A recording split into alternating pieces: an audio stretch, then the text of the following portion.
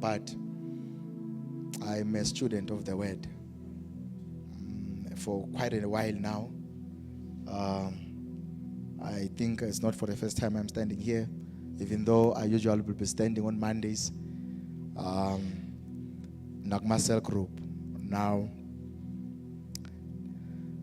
yeah, let us dive into the word. It's a very sensitive subject that we are to talk about this morning. One of the major reasons why it's sensitive is because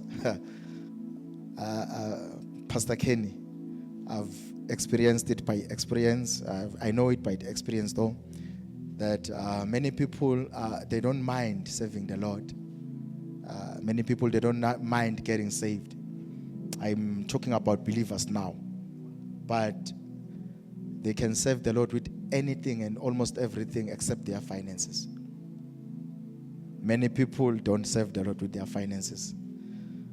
It's one of the tragedies that is happening in the body.